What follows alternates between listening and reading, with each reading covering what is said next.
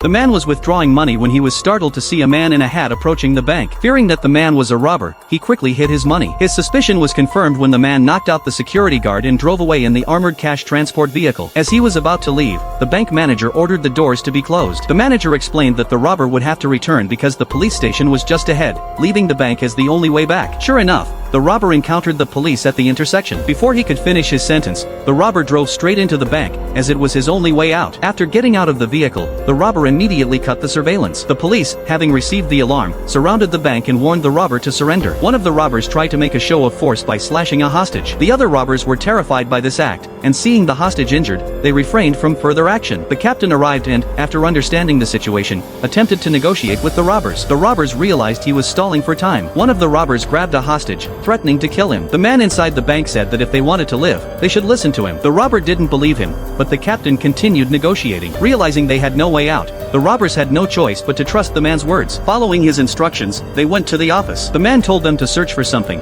but the robbers were furious when they couldn't find a third floor. The man told them to let him go. He walked over to a cabinet and pushed it backward, revealing a hidden space. He explained that the bank used to be a restaurant. The robbers, now intrigued, grabbed a fire axe and smashed through the wall, creating a hole. The captain, noticing the silence inside the bank, thought the robbers were about to break out. He ordered his men to cover the back door while he stayed to wait for reinforcements. However, the man had anticipated this move. The robbers were confused as they watched him lay out a chessboard and calmly plan their escape. He suggested that someone drive out the front door to distract the police while the others climbed through the hole to the third floor. He explained that the back door would definitely be guarded by the police. By sacrificing one person to drive and draw attention, they could buy enough time for the others to get downstairs and find a car. The robbers decided to follow the plan. The older brother volunteered to be the decoy, despite his younger brother's objections.